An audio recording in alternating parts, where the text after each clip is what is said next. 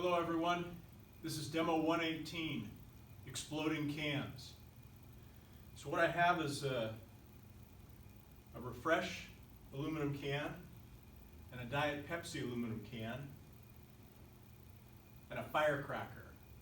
These are legal as long as they're used for educational purposes. That's not true. Anyway, my system is going to be these two cans and this firecracker. So I'm going to take the firecracker inside of the one,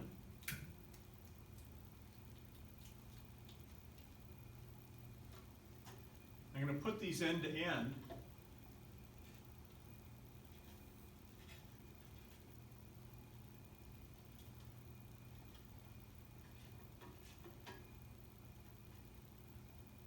and my question for you is, what's the momentum of the system? You should be saying 0, nothing's moving. Okay, well I'm going to ignite that firecracker. There's going to be a big explosion, and these cans are going to explode apart. My question for you now is, right after that explosion, what is the momentum of the system? Your answer should be the same, 0, right? Momentum is conserved in catastrophic events like explosions and collisions. So that means that even though there's a lot of motion, the overall momentum is 0, right? Because one can has a negative velocity and the other can has a positive velocity. So one can has a negative momentum, the other has a positive momentum. Those momenta add up to 0. So how far should each can go compared to each other? Okay, well let's find out.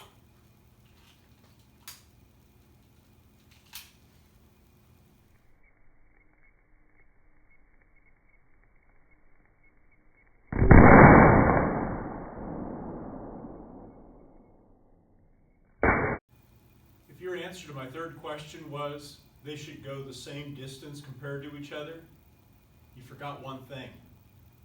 You forgot to ask me, are the masses of the two cans the same? They're not. This can here, the Diet Pepsi can, it has a mass of 17 grams.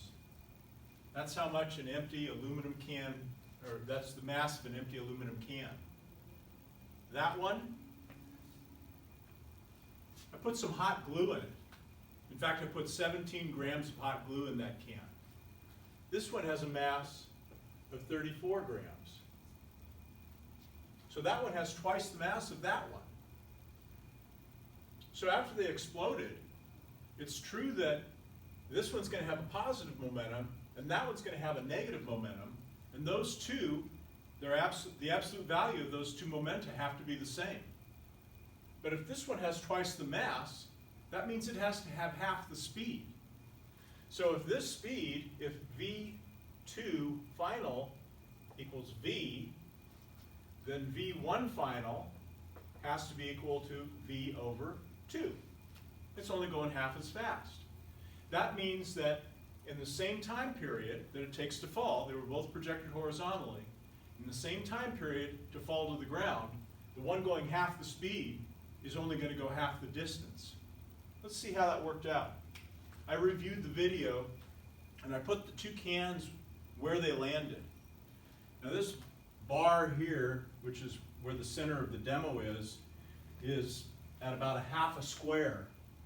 So if I can over from this can, I got 1, 2, 3.5 squares. If I can over from this one, I get 1, 2, 3, 4, 5, 6.5. So we've got a ratio of 6.5 to 3.5, which is pretty much a 2-to-1 ratio. We would expect that one, which has twice the mass, to go half the speed and therefore half the distance. So this is a really nice piece of evidence for the reality of conservation of momentum in explosions.